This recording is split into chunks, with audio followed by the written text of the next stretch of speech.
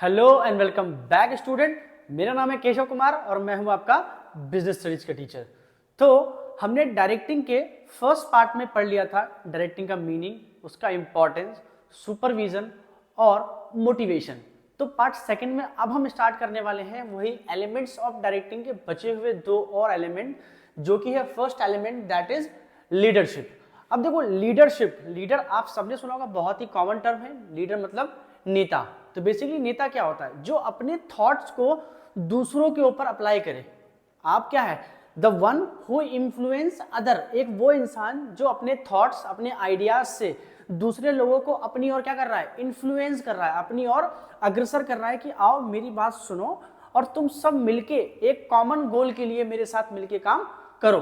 तो चलिए एक बार देखते हैं क्या है लीडरशिप। तो leadership is a process. Leadership एक प्रोसेस है। क्या है? एक प्रोसेस है जो कि इन्फ्लुएंसिंग का प्रोसेस है। किसका? Influencing the behaviour of peoples at work. Basically देखो, हम ऑर्गेनाइजेशन की बात कर रहे हैं, तो ऑर्गेनाइजेशन में लीडरशिप की बात कर रहे हैं। वहां भी एक लीडर होता है, that is called team leader. वो कौन है?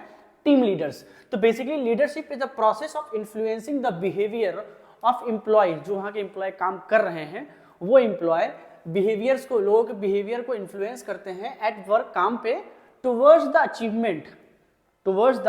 अचीवमेंट ऑफ ऑर्गेनाइजेशनल गोल, जिससे कि हम सब मिलके आओ ऑर्गेनाइजेशन गोल को कंप्लीट करते हैं। तो ये होता है लीडरशिप। बेसिकली ये क्या है एक तरीके से, यहाँ लीडरशिप जो है, आपने अभी अक्सर आपने ये टर्म सुना होगा कि वहां पे एक वर्ड आता है टीम लीडर। क्या होता है? Team leader. या आप कहते हैं ना ग्रुप लीडर होता है।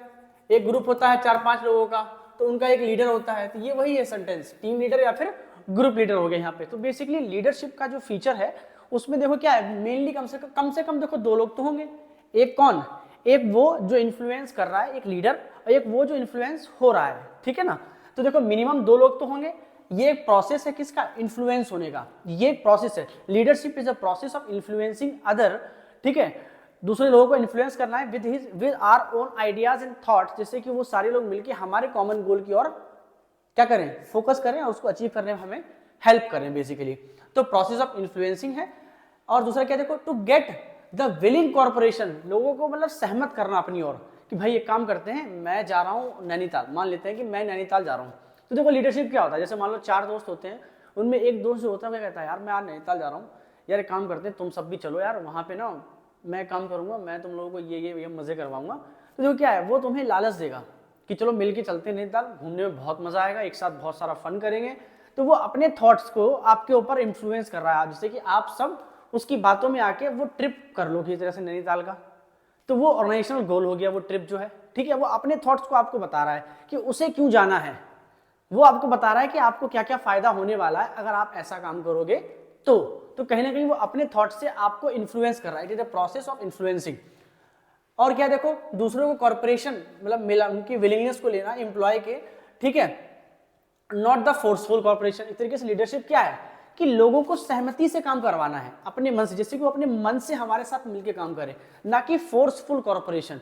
ये नहीं कि जोर जबरदस्ती से आओ चलो मेरे साथ नैनीताल घूमने के लिए। तो जोर जबरदस्ती से नहीं होता leadership. Next, initiates the ability of individual. अब देखो क्या है, जैसे मान लो आप सब देखते हो कि जैसे अभी 22 तारीख को अयोध्या में जो रामलला की मूर्ति है उसकी प्राण प्रतिष्ठा होना है। तो देखो मोदी जी ने कहा है कि भाई 22 तारीख को पूरे इंडिया में जो है वो दिवाली मनाई जाएगी।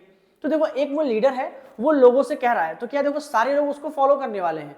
तो लोग इनिशिएट करेंगे ना, लोग जो है वो इनिशिएटिव लेते हैं कि चलो हाँ भाई हमारा लीडर ऐसा कह रहा है, तो जाहिर सी बात है इसके पीछे जरूर कोई सॉलिड लॉजिक होगा यहाँ पे, है कि नहीं है। तो ये वही कह रहा है कि कहीं ना कहीं आपकी एबिलिटी को, इंडिविजुअल की एबिलिटी को वो क्या करता है? इनिशिएट करता है, जिससे कि हम क्या कर सकें? कॉमन गोल्स को अचीव कर सकें बेसिकली। आगे क्या देखो भाई, जाहिर सी बात है लीडरशिप होती ही इसीलिए है जिससे कि हम सोसाइटी में, ऑर्गेनाइजेशन में, अपने कंट्री में, अपने स्टेट में क्या ला सकें? एक चेंज ला सकें। बेसिकली देखो आज चुनाव होते हैं, लीडर आता है, दूसरा लीडर चुन के आप भेजते हो, क्यों लाते हो? जिससे कि वो जो व्यवस्था अभी है, जो एग्जिस्टिंग जो अभी एडमिनिस्ट्रेशन है, जो अभी एग्जिस्टिंग डेमोक्रेसी है, इसको हमें चेंज करके अच्छी डेवलपमेंटल डेमोक्रेसी को हम चूज करते हैं, जिससे कि वो हमारा डेवलपमेंट करे in the field of education, health, medicine, other जितने भी फील्ड्स हैं आपके। ठीक है ना? तो बेसिकली लीडरशिप यहां से है। चाहे आप वो लीडर डेमोक्रेटिक लीडर समझ लो, चाहे आप यहां समझ लो ग्रुप लीडर। जो कि ऑर्गेनाइजेशंस में होते हैं, ठीक है। तो लीडर ये होता है, a leader is one who influence the others behaviour towards the achievement of organisational common goal. यहाँ कॉमन गोल है, वो अपने गोल्स की ओर आपको आकर्षित करेगा कि चलो मेरे साथ चलते हैं। जैसे देखो लीडर थे, महात्मा गांधी एक लीडर थे, वो अकेले चले दांडी मार्च पे, उन्होंने कहा कि एक काम करते हैं भाई, मैं तुम लोगों के लिए आजादी के युद्ध लड़ने जा रहा हूँ। तो देखो धीरे धीरे क्या हुआ, लोग उनके थॉट से, उनके आइडियाज से, उनके विचारों से क्या हुए, बहुत ज्यादा प्रेरित हुए, है ना, उनकी ओर डिवोटेड हो गए कि भाई गांधी जी तो हमारे लिए कर रहे हैं ना ये, तो हमें भी इनका साथ देना चाहिए। तो यही हुआ कि लीडर जो होता है वो कहीं ना कहीं एक चेंज लेके आता है सोसाइटी में, वो आपको इनिशिएट करने के लिए क्या करेगा, प्रेरित करेगा इनिशिएट करने के लिए। तो ये सारी चीजें हैं। बाकी आपकी एबिलिटी को वो इंक्रीज करेगा, आपको मोटिवेट करेगा कि हम ये कर सकते हैं, यस वी कैन। जैसे देखो क्या है, यस वी कैन, ठीक है ना, कि हाँ हम ये काम कर सकते हैं। तो a leader who influence others behaviour. चलिए नेक्स्ट, अब देखो ये क्या है, अब देखो लीडरशिप के ना कुछ स्टाइल्स होते हैं, मतलब लीडर्स भी अलग अलग तरह के लीडर होते हैं। जैसे देखो महात्मा गांधी भी एक लीडर थे, नरेंद्र मोदी भी एक लीडर है, किंग जॉन भी एक लीडर है, एडोल्फ हिटलर भी एक लीडर थे, है ना। तो ऐसे बहुत सारे लीडर्स हुए दुनिया में। तो इनके बिहेवियर पैटर्न के ऊपर, उनका थॉट प्रोसेस कैसा था, उसके हिसाब से there are 3 types of leadership style. Number 1 autocratic, participative और फ्री रेन लीडरशिप। तो जरा समझते हैं, leadership refers to the leader's behaviour. देखो क्या है, लीडरशिप स्टाइल जो है ये क्या होता है, बेसिकली बिहेवियर है, स्टडी ऑफ बिहेवियर, कि भाई जो लीडर होते हैं उनका बिहेवियर कैसा होता है, उनका थॉट प्रोसेस कैसा होता है, वो कैसा सोचते हैं सोसाइटी में, वो किस तरह का चेंज लाना चाहते हैं, है ना। तो क्या है देखो, refers to the leader's behaviour pattern, it depends upon its personality, उस लीडर के पर्सनैलिटी के ऊपर डिपेंड करता है, उसकी साइकोलॉजी, उसकी फिलॉसफी, उसका एक्सपीरियंस और उसका वैल्यू सिस्टम। एक बात और भी है कि वो लीडर जिस सोसाइटी में है, वो लीडर जिस सोसाइटी में है, उस सोसाइटी का एनवायरनमेंट भी बहुत ज्यादा मेजर रोल प्ले करता है उस लीडर के बिहेवियर पैटर्न के, उसके पर्सनैलिटी के ऊपर, उसका एक्सपीरियंस के ऊपर, उसके थॉट प्रोसेस के ऊपर। तो कहीं ना कहीं society plays an important role in the development of a leader और अ स्टूडेंट। कहीं ना कहीं देखो सोसाइटी बहुत ज्यादा इंपॉर्टेंट रोल प्ले करती है, एक स्टूडेंट हो या फिर देखो स्टूडेंट ही लीडर बनेगा, वही क्या ना, कहीं ना कहीं देखो वही एक बच्चा ही है जो स्टूडेंट है, वो चोर भी बनेगा, डॉक्टर भी बनेगा, इंजीनियर भी बनेगा, कलेक्टर भी बनेगा, सब कुछ बनेगा, वही टीचर भी बनेगा। तो कहीं ना कहीं है तो उसी सोसाइटी में। तो ये सोसाइटी ही कहीं ना कहीं उसको क्या कर रही है, फोर्स कर रही है कि भाई देखो तुम्हें ये करना है, तुम्हें ये करना है, ठीक है। चलो तो देखो उसके बेसिस पे देखो क्या है, ऑटोक्रेटिक, पार्टिसिपेटिव और फ्री रेंज। तो देखो पार्टिसिपेटिव तो ऐसे समझ में आ रहा है, बट देखो ऑटोक्रेटिक लीडरशिप क्या होती है। देखो लिखा है एन ऑटोक्रेटिक, बेसिकली ये सेंट्रल, मतलब जहां पे एक लीडर होता है। ऑटोक्रेटिक लीडरशिप क्या होती है, जहां पे एक लीडर होता है, बाकी सारे कौन होते हैं, उसके फॉलोअर्स होते हैं, 10, 15, 20, 500, 1000, 1 लाख लोग। वो क्या करेगा, वो अपनी बात सबसे मनवाएगा, वो जैसा कहेगा वैसा ही होगा। फॉर एन एग्जाम्पल आप ये समझ लो, जैसे एडोल्फ हिटलर था, उसने अपनी पूरी की पूरी जो उसकी कैबिनेट थी, कैबिनेट ऑफ मिनिस्टर्स, उसने अपनी पूरी कैबिनेट की बात नहीं सुनी कि हाँ हमें अभी वॉर करना चाहिए कि वॉर नहीं करना चाहिए। उसने कहा नहीं, मैं चाहता हूं कि अभी वॉर हो। कहीं ना कहीं उसका अपना जो ओन थॉट है, जो उसका अपना खुद की जो मॉरल वैल्यूज थे, अपना खुद का जो मैसेज था, अपनी खुद की जो इमोशंस थे, वो सबके ऊपर वो इम्पोज करता है कि नहीं आपको तो ये काम करना पड़ेगा मेरे लिए। तो ऑटोक्रेटिक लीडरशिप क्या होती है कि जहां पे लीडर एक्सरसाइज, जो लीडर है उसके हाथ में सारा का सारा कंट्रोल होता है ओवर हिज सबऑर्डिनेट, जो उसके सबऑर्डिनेट है उन सब का कंट्रोल उसके हाथ में होता है। जो डिसीजन वो लेगा वो डिसीजन फोर्सफुली उन सब के ऊपर क्या होगा, इंप्लीमेंट कर दिया जाएगा। नेक्स्ट, ही सेंट्रलाइज, उसके हाथ में सारी पावर होती है, centralise all the power in his own hand, उसके हाथ में सारी की सारी पावर्स होती हैं related all the decision making. अब देखो इसके कुछ फायदे भी हैं, फटाफट डिसीजंस ले लेते हैं आप, क्योंकि सारी पावर्स आपके पास है तो आपको ही डिसीजन लेना है, ठीक है। तो ये तो इसका एक फायदा हो गया। चलो नेक्स्ट, अब देखो ऑटोक्रेटिक लीडरशिप का मैं एक एग्जांपल और बता दूं। जैसे कि देखो आप एडोल्फ हिटलर वाला मैंने बता दिया ना आपको, एडोल्फ हिटलर का एग्जांपल है। इस समय देखो नॉर्थ कोरिया का जो किंग जॉन है वो कैसा है, एक तरीके से देखो यही है ऑटोक्रेटिक, या चाइना में है। तो ये सब क्या है, ये अपनी बातों को लोगों के ऊपर इंप्लीमेंट, जबरदस्ती फोर्सफुली इंप्लीमेंट करा देते हैं, ठीक। नेक्स्ट, पार्टिसिपेटिव लीडरशिप, या इसको आप कहते हो डेमोक्रेटिक लीडरशिप, जहां पे डेमोक्रेसी होती है। तो देखो इस स्टाइल में क्या होता है, यहाँ पे this is a type of style where a leader take decision, जहां लीडर डिसीजन तो लेता है बट विद द कंसीडरेशन, वो कंसीडरेशन करता है विद हिज सबऑर्डिनेट, वो डिसीजंस लेता है डिसीजंस उसके ही होते हैं, बट वो before taking all the decisions वो लीडर जो होता है वो अपने सबऑर्डिनेट से उस डिसीजन से रिलेटेड कंसीडर करता है कि भाई मैं ये डिसीजन लेने वाला हूँ, मुझे बताओ इसके प्रोस क्या हैं, इसके कॉन्स क्या हो सकते हैं, या इसके क्या फायदे या क्या इसके नुकसान हो सकते हैं, आप मुझे बताओ क्या ये डिसीजन सही है या फिर गलत है। तो बेसिकली ये डेमोक्रेटिक लीडरशिप स्टाइल होता है, जहां पे एक जो पावर्स होती है वो जो होती है डेलीगेशन ऑफ अथॉरिटी होती है, वो क्या करता है लोगों के साथ पावर को थोड़ा बहुत शेयर भी करता है और उनसे कहता है भाई आप आओ मेरे साथ बैठ के इनिशिएट करो, आइडियाज दो, ओपिनियन दो, थॉट दो, हम सब मिलके एक डिसीजन लेंगे, ठीक है। तो it is a type of style where a leader take decision with a consultation and participation with employees. देखो हम ऑर्गेनाइजेशन की बात कर रहे हैं तो एम्प्लॉय है यहाँ पे, ठीक है, with employees a leader follows the opinion of majority. Basically इसको हम क्या बोलते हैं, ओपिनियन ऑफ मेजॉरिटी। क्या बोलते हैं इसको हम, ओपिनियन ऑफ मेजॉरिटी, जहां पे जिस चीज में ज्यादा मेजॉरिटी होती है। जैसे मान लो मुझे क्लास में एक पार्टी करनी है, मैं एक डेमोक्रेटिक लीडर हूं, एक टीचर हूं, तो मैं क्या करूंगा, मैं बच्चों से कहूंगा एक काम करो, सारे के सारे बच्चे एक साथ मुझे बताओ कौन कौन चाहता है कि पार्टी हो और कौन कौन चाहता है कि पार्टी नहीं हो। तो बच्चे क्या करेंगे, अपने अपने हाथ उठाएंगे, तो जो ज्यादा मेजॉरिटी में बच्चे होंगे जिस फेवर में, चाहे यस चाहे नो, मैं उसकी बात सुनूंगा। तो मैं लीडर तो हूं, बट क्या है, मैं जो भी डिसीजन लेता हूं अपने ग्रुप ऑफ मेंबर्स के साथ उनके आइडियाज को कंसीडर करके ही लेता हूं। दैट्स कॉल्ड पार्टिसिपेटिव या फिर democratic leadership style. Next, free rein leadership. Free rein leadership क्या होती है, देखो आप शब्दों से ही समझो। फ्री, जहां पे फ्री रेन मतलब होता है जहां पे अथॉरिटी सबके पास है, everyone is here, everyone having the authority, जहां पे सबके पास ऑर्गेनाइजेशन में अथॉरिटी होती है कि आप सब मिलके कोई काम कर लो। जैसे मान लो बॉस होता है, वो ये कहते हैं, फॉर एन एग्जांपल एक बॉस है, वो ये कहता है कि काम करो, कल शर्मा जी का रिटायरमेंट है, कल शर्मा जी का रिटायरमेंट है। बॉस आया, उसने कहा देखो एक काम करो, आप सब लोग मिलके, आप सारे कलीग लोग मिलके शर्मा जी के लिए एक फेयरवेल पार्टी ऑर्गेनाइज कर लो, आप अपने हिसाब से कर लो। तो क्या हुआ, आपने अपनी सारी की सारी अथॉरिटी उन सब में डिस्ट्रीब्यूट कर दी, आपने अपनी सारी अथॉरिटी उन सब में डिस्ट्रीब्यूट कर दी। That's called free rein leadership style. जहां पे क्या होता है, this style involves a complete delegation, जहां पूरी तरीके से डेलीगेशन होता है, किसका, मतलब एक तरीके फ्लो होता है, flow of what, flow of authority and responsibility towards the subordinate himself, all take all the decisions related to any matter, ठीक। नेक्स्ट, अब देखो थोड़ा डिफरेंस समझ लेते हैं यहाँ पे कि देखो ऑटोक्रेटिक, डेमोक्रेटिक और फ्री रेन में डिफरेंस क्या है।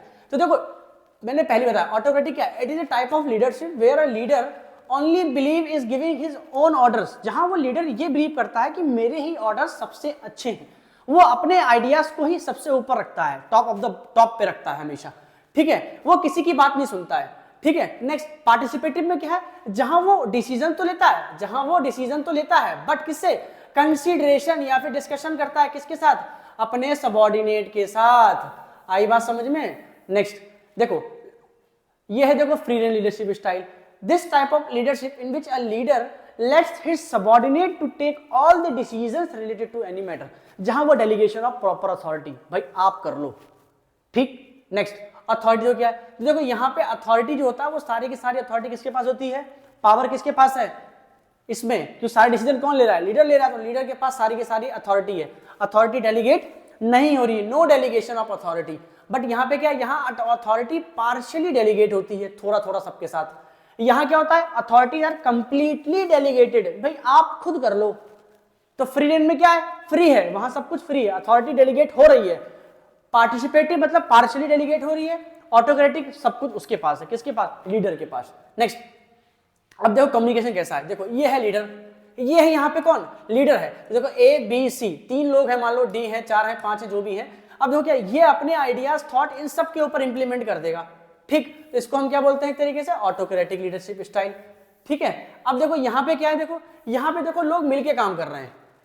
पार्टिसिपेटिव में देखो क्या है कि देखो ये है लीडर, ये यहाँ पे ए जो है, ए क्या है, लीडर है, ये कोई भी डिसीजन लेगा अगर तो डी से भी बात करेगा, ई से भी करेगा, बी से भी करेगा और सी से भी करेगा। तो कहीं ना कहीं if a will take any kind of decision, he will consider the facts and emotion then ideas and क्या बोलते हैं उसके वैल्यूज फ्रॉम द, या वो सजेशन लेगा किससे, सी डी ई और बी से। अब देखो आते हैं फ्री रेन के ऊपर में, यहाँ क्या होता है, यहाँ कम्युनिकेशन जो है वो फ्रीली फ्लो करती है, यहाँ कम्युनिकेशन फ्री फ्लो करती है, कोई भी इंसान किसी से बात कर सकता है। देयर इज नो, ना यहाँ पे अबर्ट कम्युनिकेशन है, ना यहाँ पे अरे क्या हो रहा है ये, ना यहाँ अपवर्ड कम्युनिकेशन है, ना यहाँ पे डाउनवर्ड है, ठीक है, और ना यहाँ पे डायगोनल कम्युनिकेशन है, ठीक है। ये तीन तरह के जो कम्युनिकेशन भी होते हैं ये बता दूं, अभी आगे हम बता देंगे आपको, अपवर्ड, डाउनवर्ड और डायगोनल कम्युनिकेशन, ठीक है ना। तो देखो यहाँ पे क्या है, यहाँ देखो कम्युनिकेशन जो है फ्री फ्लो करता है, यहाँ पे अपवर्ड डाउनवर्ड दोनों करता है, यहाँ सिर्फ डाउनवर्ड करता है। क्यों डाउनवर्ड क्यों कर रहा है, क्योंकि भाई एक बंदा सेंटर में बैठा हुआ है, वो अपने नीचे सबको क्या दे रहा है, ऑर्डर्स दे रहा है, तो देखो डाउनवर्ड फ्लो हो रहा है यहाँ पे ऑर्डर्स। इसमें क्या देखो, एक बंदा बीच में बैठा हुआ है, वो हॉरिजॉन्टल भी करेगा, वो वर्टिकल भी करेगा, वो डायगोनल भी करेगा, समझना। इसमें क्या है देखो, एक बंदा सी बैठा हुआ है, ये कौन है, ये है बॉस, इसने ऑर्डर ए को भी दिया, बी को भी दिया, सी को भी दिया, डी को भी दिया, ये ए है, ये बी है, ये सी है, ये डी है। तो देखो अपवर्ड भी कर रहा है, डाउनवर्ड भी कर रहा है, हॉरिजॉन्टल भी कर रहा है, यहाँ पे आई बात समझ में, और डायगोनल भी कर सकता है मे बी, ठीक है।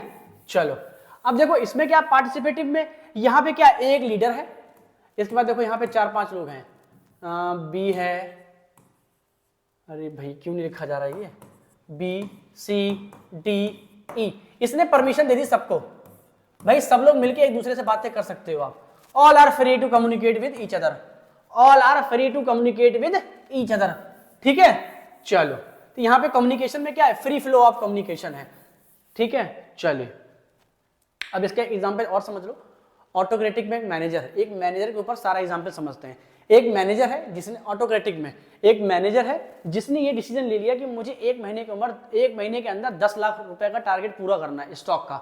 उसने कह दिया भाई मुझे नहीं पता, मुझे एक महीने में 10 लाख रुपए का टारगेट चाहिए कंजप्शन का, ठीक है, या सेल्स का टारगेट 10 लाख रुपए का चाहिए। तो देखो ये ऑटोक्रेटिक स्टाइल हो गया, उसने किसी से पूछा नहीं कि भाई कैसे होगा, क्यों होगा, आइडियाज भी नहीं लिए, किसी से सजेशन भी नहीं लिया, उसने सीधे क्या किया, अपने क्या बोलते हैं उसको, ओपिनियन को उस पर क्या किया, इम्पोज कर दिया। पार्टिसिपेटिव में क्या है कि वो अपने लोगों के पास गया, ऑफिस में गया, ऑफिस में कलीग बैठे हुए हैं सबके, उनसे कहा एक काम करो यार, ये एक ऑर्डर आया हुआ है, इस ऑर्डर को हमें एक महीने में पूरा करना है। अब मुझे ये समझ में नहीं आ रहा है कि ये ऑर्डर कैसे पूरा होगा, अब आप लोग बताओ कैसे करना है। तो सब लोगों को मिलकर कहा सर कोई बात नहीं, हम सब मिलकर थोड़ा थोड़ा टाइम ओवर टाइम कर लेंगे और आपका ऑर्डर पूरा हो जाएगा सर, डोंट वरी, हम सब आपके साथ हैं। तो देखो पार्टिसिपेटिव, सब लोग मिलके यहाँ पे क्या कर रहे हैं, एक तरीके सजेशन लेके वो कोई काम कर रहा है। और देखो फ्रीडम में क्या है कि भाई वही मैनेजर है, वो गया वहां पे, उसने कहा देखो भाई शर्मा जी का फेयरवेल है, शर्मा जी का रिटायरमेंट है, शर्मा जी को फेयरवेल पार्टी देनी है, आप लोग अपने हिसाब से प्लान कर लो। तो देखो फ्री रेन, अब उन लोगों को खुद से डिसीजन लेने हैं यहाँ पे, ठीक। चलो होप आपको एग्जाम्पल अच्छे से समझ में आया हो। चलो तो यहाँ देखो हमारा लीडरशिप का पैटर्न जो है वो खत्म होता है। 3 टाइप का लीडरशिप स्टाइल था, ऑटोक्रेटिक, डेमोक्रेटिक और फ्री रेन, ठीक है। अब हम पढ़ेंगे फोर्थ और the last element of directing, and that was the most important, that is communication. Communication होता क्या है ये समझते हैं थोड़ा सा। तो देखो कम्युनिकेशन क्या है, बातचीत करना, कहते हैं ना बात और चीत करना। हम क्या कहते हैं, बातचीत हो रही है हमारे बीच, तो बेसिकली 2 लोग हैं। Basically communication is a process, एक प्रोसेस है ऑफ ट्रांसफरिंग द आइडियाज, जहां पे हम अपने आइडियाज, इमोशन, थॉट्स को, प्रोसेसेस को एक इंसान से दूसरे इंसान तक पहुंचाते हैं। तो basically communication is the process of transferring the ideas, thoughts, emotion, messages and information with one person to another person by any means। देखो यहाँ मीडियम भी है, यहाँ मीडियम ऑफ ट्रांसफर भी है। लाइक जैसे मान लो यहाँ पे स्पोकन वर्ड्स हैं, आप शब्दों में बात बता रहे हो, आप गेस्चर्स में बता रहे हो, मान लो साइन लैंग्वेज में बता रहे हो, कि आप लिख के अपने थॉट्स को प्रोसेस कर रहे हो, ठीक है ना। ये कुछ क्या है, एक तरीके से ये कुछ तरीके हैं कम्युनिकेशन को प्रोसेस करने के लिए, कम्युनिकेशन को करने के लिए। तो बेसिकली क्या, communication can be defined as transmission and exchange. Exchange मतलब होता है चेंज करना, exchange of ideas, thoughts, messages, emotion and information between 2 and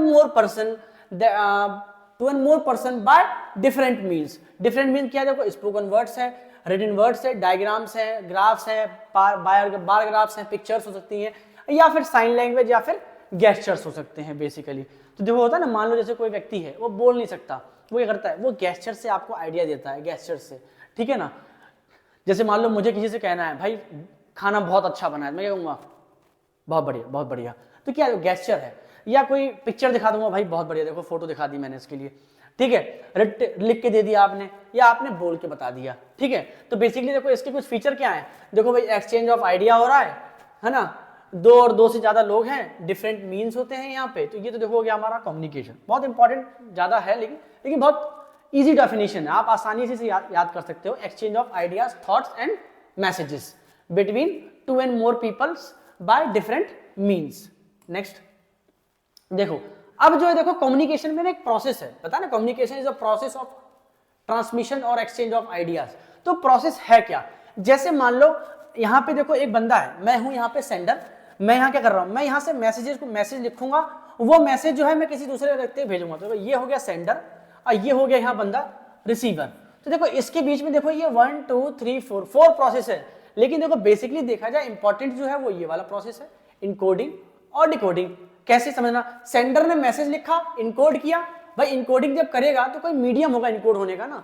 मान लो आपके मैसेज को समझने का भी एक मीडियम होता है ना, किसी मीडियम से तो आप भेजोगे। जैसे मान लो आप किसी को कॉल पे बात कर रहे हो, तो देयर इज ए मीडियम, क्या है, फोन, नेटवर्क एक मीडियम है यहाँ पे ना, फोन जो है वो क्या है, एक मीडियम की तरह एक्ट कर रहा है। इनकोडिंग हुई, कोई मीडिया है यहाँ पे, फिर वहां से वो डिकोडिंग करेगा, फिर रिसीवर के पास पहुंचेगा वो चीज, ठीक है। मे बी यहाँ पे मान लो नेटवर्क का एरर आ जाए तो नॉइज हो जाएगा यहाँ पे। अब रिसीवर के पास मैसेज पहुंच गया, अब रिसीवर दोबारा क्या देगा, रिप्लाई देगा, तो फिर से बंदे को क्या दिया उसने, फीडबैक दिया। अब ये फीडबैक फिर इसी प्रोसेस में सेंडर के पास आ जाएगा। तो basically there is a receiver, फिर मैसेज, फिर encoding, then media, then decoding, then receiver and then feedback, और फिर से सेंडर के पास पहुंच गया यहाँ पे, ठीक है ना।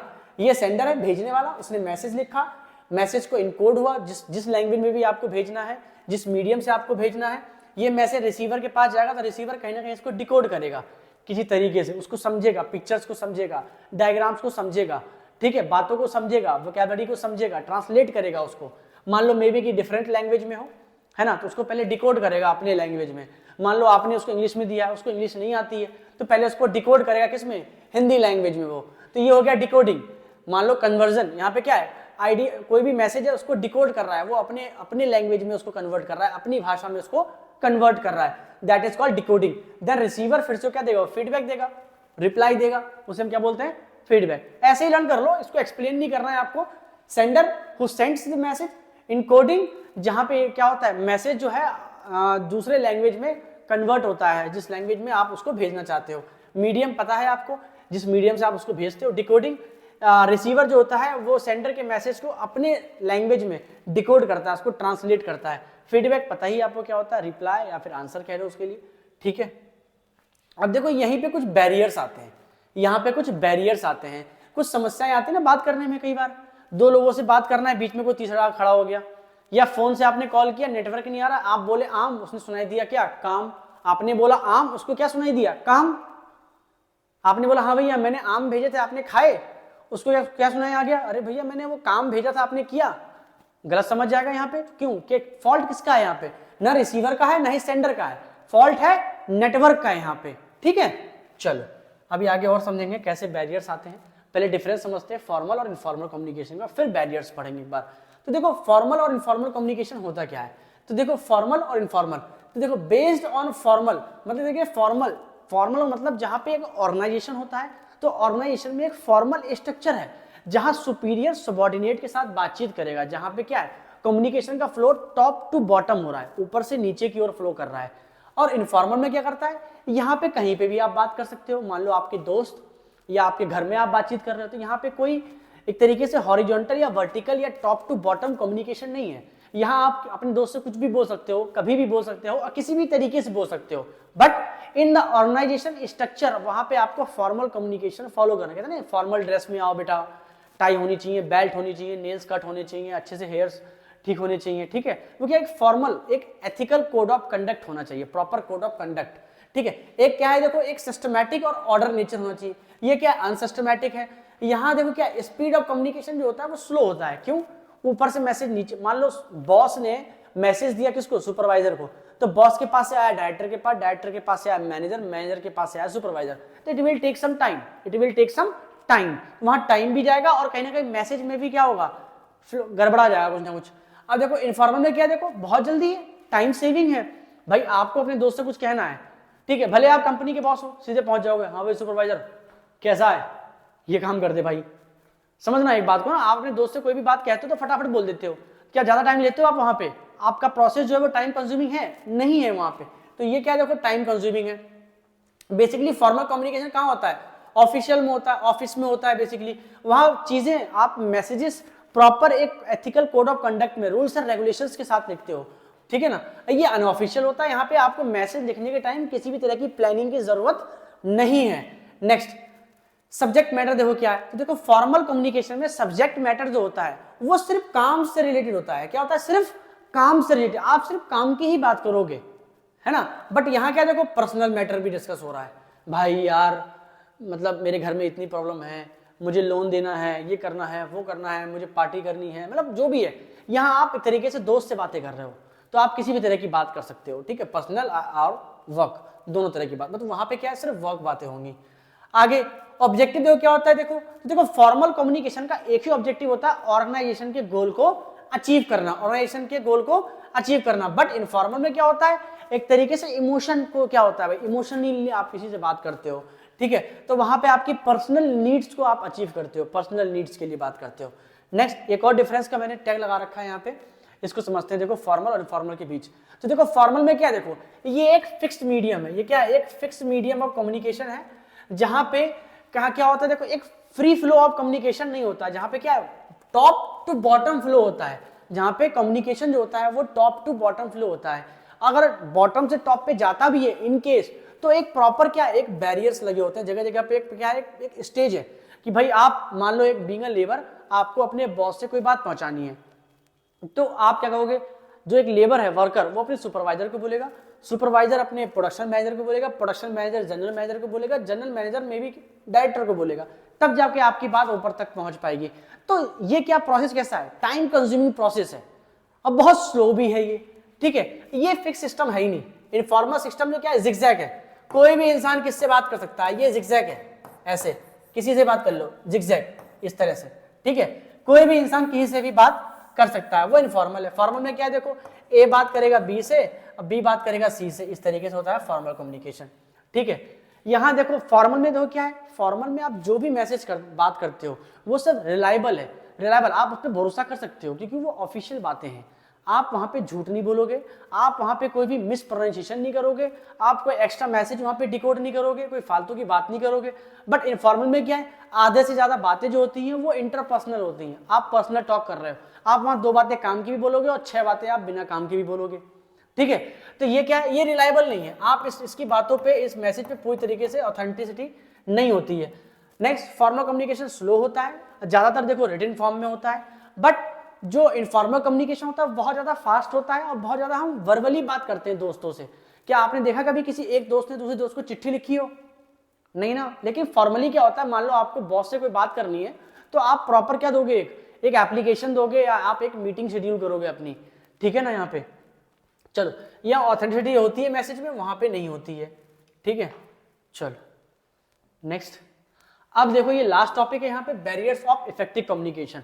अब देखो इफेक्टिव कम्युनिकेशन क्या है, तो बेसिक देखो जो फॉर्मल कम्युनिकेशन आप कर रहे हो ऑर्गेनाइजेशन में which helps in achievement of organizational goal, तो वही आपका इफेक्टिव कम्युनिकेशन है। तो देखो उसके जो बैरियर्स हैं, बेसिकली देखो जब आप कम्युनिकेशन करते हो, किसी से आप बात कर रहे हो, तो उसके बीच ना बहुत सारे बैरियर्स हो सकते हैं। तो वो बैरियर बेसिकली यहाँ पे ऑर्गेनाइजेशन में 4 तरह के बैरियर होते हैं। एक होता है देखो semantic barrier, psychological barrier, organisational barrier और पर्सनल बैरियर। देखो सिमेंटिक बैरियर क्या है, सिमेंटिक बैरियर बेसिकली क्या होता है, जहां पे आप कहना कुछ और चाह रहे हो, आपका जो मैसेज है वो सामने वाले इंसान के पास, रिसीवर के पास कुछ और डिकोड होके पहुंच गया, जहां पे मीनिंग्स अलग हैं। ऑर्गेनाइजेशन में एक बात की देखो बहुत सारी बातें हो सकती हैं, जैसे मैं एक बात बता रहा हूं, जैसे एक शब्द समझो, एक शब्द बता रहा हूं मैं आपको, लिख देता हूं मैं, जैसे मान लो ये है प्राइस और ये है प्राइज। अब मान लो आप बोलना चाह रहे थे प्राइस और सामने वाला समझ गया प्राइज, तो कहीं ना कहीं यहाँ देखो क्या हुआ, यहाँ पे लैक ऑफ कम्युनिकेशन हो गया, यहाँ पे लैक ऑफ कम्युनिकेशन हो गया, एक बैरियर क्रिएट हो गया प्राइस और प्राइस के अंदर में। आई बात समझ में। चलिए देखो साइकोलॉजिकल क्या होता है, साइकोलॉजिकल बैरियर बेसिकली क्या होते हैं, जहां पे उस व्यक्ति की साइकोलॉजी जिससे आप बात कर रहे हो, उसका माइंडसेट, उसका थॉट प्रोसेस कैसा है, ये डिपेंड करता है उसके अपने बिहेवियर, उस कम्युनिकेशन यहाँ पे आके खराब होती है। आप बहुत पढ़े लिखे हो, आप किसी मूर्ख आदमी को कोई बात समझा रहे हो, वो समझेगा ही नहीं, आप उसको कई बार समझाओगे वो समझेगा ही नहीं, वो बेवकूफ है। अगर आप उसको मतलब एक तरीके से इंग्लिश में समझाओगे, क्या समझ पाएगा? आपको उसकी ही लैंग्वेज में आपको बताना पड़ेगा कि भाई देखो आपको इस तरीके से चीजें करनी है। आप बहुत अच्छी वोकैबुलरी इस्तेमाल कर लोगे, आप बहुत ज्यादा मतलब आप मान लो, जैसे फॉर एग्जांपल ले लेते हैं, आपने कहा एक बॉस है, आप नीचे आपके लेबर सब लोग बैठे हुए हैं, आपने कहा इस साल हमारा EBIT 2 लाख करोड़ है। अब जो लोग हैं वो टेंशन में आ गए, बोले EBIT क्या होता है, ये क्या बोल गए? उसको पता ही नहीं है, उसको पता ही नहीं है, उतना क्वालिफाइड उतना स्किल्ड वो है ही नहीं। लेकिन EBIT क्या होता है? Earning before interest and taxes. तो देखो क्या है, आपको उसकी ही लैंग्वेज में उसको समझाना पड़ेगा, जैसा वो है, जैसा उसका थॉट प्रोसेस है।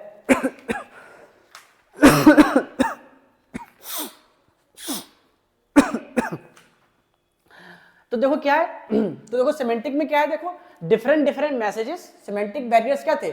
डिफरेंट मैसेजेस के डिफरेंट जो लोग होते हैं वो अलग अलग मीनिंग निकाल लेते हैं। साइकोलॉजिकल बैरियर मैंने बताया आपको, उसकी स्किल, उसकी पर्सनैलिटी के हिसाब से जो मैसेजेस चेंज हो जाते हैं, ठीक है ना, तो उसको हम बोलते हैं साइकोलॉजिकल बैरियर। जैसे मान लो आप कोई बात कह रहे हो, उसने अटेंशन नहीं दी, उसने ठीक से सुना ही नहीं, आपने कुछ बोला, उसने समझ कुछ और लिया, तो वहां साइकोलॉजिकल बैरियर हो जाएगा, जहां वो अटेंशन नहीं दे रहा। ऑर्गेनाइजेशनल बैरियर, मान लो ऑर्गेनाइजेशन मतलब क्या? ऑर्गेनाइजेशन का डेलीगेशन ऑफ अथॉरिटी, जहां कम्युनिकेशन का फ्लो, जहां रिस्पॉन्सिबिलिटी का फ्लो, जहां पे काम का फ्लो, जहां पे स्टेटस बहुत ज्यादा मैटर कर रहा है, तो भाई मान लो एक लेबर एक तरीके से मालिक के पास पहुंच ही नहीं पाएगा, बहुत सारे वहां पे बैरियर्स हैं, वो बात ही नहीं कर सकता, वो अपनी बात ऊपर तक पहुंचा ही नहीं पाएगा, तो उसे हम कहते हैं ऑर्गेनाइजेशनल बैरियर्स बेसिकली। जहां पे एक एम्प्लॉय का दूसरे एम्प्लॉय के साथ रिलेशनशिप बहुत ज्यादा मैटर करता है, ठीक है ना। अब मान लो रिलेशनशिप आपका अच्छा है ही नहीं, तो वो व्यक्ति आपकी बात ऊपर तक पहुंचाएगा ही नहीं, है ना। मान लो आपका मैनेजर आपसे गुस्सा हो गया, तो वो आपकी बात ऊपर तक पहुंचाएगा ही नहीं, आपकी छुट्टियां पास होंगी ही नहीं। तो ये होती है कुछ ऑर्गेनाइजेशनल बैरियर, जहां पे क्या है, ऑर्गेनाइजेशन बहुत ज्यादा कॉम्प्लेक्स होता है, मतलब आप बहुत ज्यादा रिजिड है, क्योंकि लेबर बॉस से बात कर ही नहीं सकता, वहां पे बहुत ज्यादा स्टेटस या पोजीशन को देखा जा रहा हो, वहां पे लेबर एम्प्लॉय का रिलेशन, लेबर और बॉस का रिलेशनशिप बहुत ज्यादा कैसा हो, मतलब फुल ऑफ बैरियर्स हो, बहुत ज्यादा बैरियर, मतलब बहुत ज्यादा हर्डल्स हो, आप आसानी से कोई भी बात ऊपर कह ना सको, आप इनिशिएट नहीं कर सकते, आप अपने थॉट्स को बता नहीं सकते वहां पे, ठीक है ना। ऑर्गेनाइजेशन का स्ट्रक्चर बहुत ज्यादा कॉम्प्लेक्स, उसे हम कहते हैं ऑर्गेनाइजेशनल बैरियर्स। पर्सनल बैरियर्स क्या होती हैं? देखो पर्सनल बैरियर का मतलब होता है, जैसे हम कई बार खुद डरते हैं, यार अगर मैंने ऐसा कह दिया तो मे बी मेरी जॉब जा सकती है। अब मान लो आपको अपनी बॉस की शिकायत करनी है, उससे ऊपर वाले बॉस की, अब मान लो आपने जैसे शिकायत करी, उससे पहले आपके बॉस को पता चल गया, तो उसने आपको नौकरी से हटा दिया। तो पर्सनल बैरियर है कि आपकी ऑथेंटिसिटी कैसी है, आप उस चीज को समझ पा रहे हो कि नहीं समझ पा रहे हो, एक तरीके से, है ना। एक तरीके से मान लो आप कोई बात बताना चाहते हो और आप चाहते हो कि बदले में आपको क्या मिले, एक इंसेंटिव मिले। आप कोई काम की बात बता रहे हो, आप चाहते हो मुझे इसके बदले क्या मिले, या तो मोटिवेशन मिले, प्रमोशन मिले, या फिर मुझे कुछ पैसे मिले। अब वो जो है कुछ दे ही नहीं रहे हैं आपको, तो आप क्या कहोगे, भाई छोड़ो यार, मेरा क्या मतलब है, करने दो, जो मर्जी है वो मर्जी है। भाई जाहिर सी बात है, पहले जमाने में राजाओं के जासूस होते थे, अब वो जासूस का काम क्या था, वो दूसरे राज्यों से पता लगा के आते थे अलग अलग चीजों को। अब वो उन्होंने इन्फॉर्मेशन दी, तो राजा क्या करते थे, राजा उसको कुछ ना कुछ पैसे देते थे। अब अगर वो पैसे नहीं देंगे तो क्या वो इन्फॉर्मेशन उनको मिलेगा? नहीं मिलेगा ना।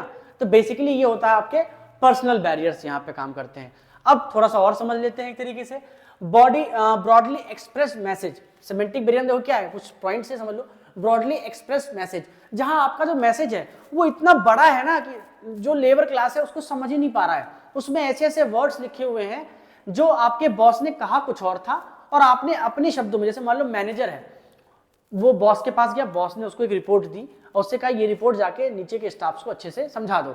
अब मैनेजर को खुद समझ में नहीं आया, उसने क्या करा, उन मैसेज को अपने शब्दों में, अपने ही मतलब कहते हैं ना, अपने ही शब्दों में ट्रांसलेट करके कुछ और मीनिंग निकाल के उसको समझा दिया। तो मैसेजेस बहुत ज्यादा ब्रॉडली एक्सप्रेस थे। नेक्स्ट, सिंबल्स जो थे, बहुत सारे ऐसे सिंबल्स इस्तेमाल होते हैं मैसेजेस में, या बहुत ज्यादा ऐसे मार्क्स होते हैं, पंक्चुएशन मार्क्स होते हैं जो आपको समझ में ही नहीं आएगा। भाई मुझे समझ में आ गया तो मे भी हो सकता है आपको समझ में नहीं आए, है ना। तो जाहिर सी बात है ये एक बैरियर है। इट मींस कि अगर आपको इफेक्टिव कम्युनिकेशन करनी है तो your message should be clear और कंप्लीट, एक तरीके से ऑथेंटिक हो, अंडरस्टैंडेबल हो। आपका जो मैसेज है वो कैसा हो, अंडरस्टैंडेबल हो, आसानी से लोग उसको समझ पाए, चाहे वो टॉप लेवल के मैनेजमेंट के लोग हो चाहे वो लोअर लेवल को, मतलब बहुत ज्यादा छोटा और एक तरीके से कहते हैं ना फ्लेक्सिबल, छोटा मैसेज हो, कंसाइज हो और बहुत ज्यादा इजी टू अंडरस्टैंड हो। ठीक, कुछ ऐसे शब्द हैं जो फॉल्टली ट्रांसलेशन हो जाए, मतलब आप बोलना कुछ और चाह रहे हैं, मैंने बोला ना प्राइस और प्राइस, प्राइस और प्राइस के बीच का डिफरेंस समझ में आपको नहीं आ रहा है यहाँ पे, ठीक है ना। तो देखो ये हो गया एक। Next, unclarified assumption. Unclarified assumption का मतलब होता है उसने बोला मुझसे आम और मैंने समझ लिया काम। तो यहाँ पे क्या देखो, हमने क्या है कि सेंडर है, अनक्लैरिफाइड एजप्शन के अंदर मतलब होता है कि एक सेंडर है, उसने अपनी बात कंप्लीट ही नहीं की, उससे पहले ही जो लोग बैठे हुए थे उसने समझ लिया अच्छा ये कह रहे थे। मतलब होता है ना कुछ ज्यादा लोग जो होते हैं, जो लोग मान लो जैसे जो मतलब कम पढ़े लिखे लोग होते हैं बेसिकली, जो ज्यादा, तो वो क्या होता है वो अपने अंदर ऑलरेडी ना सामने वाले के लिए पर्सपेक्टिव बना के रखते हैं कि ये व्यक्ति अच्छी बात तो करेगा ही नहीं, वो कह रहा है कि उनके फायदे की बात, लेकिन उनको सुननी नहीं है, वो सुनेंगे नहीं, अटेंशन देंगे नहीं और उस बात को गलत मतलब निकाल के कुछ और समझ लेंगे। वो होता है अनक्लैरिफाइड एजप्शन।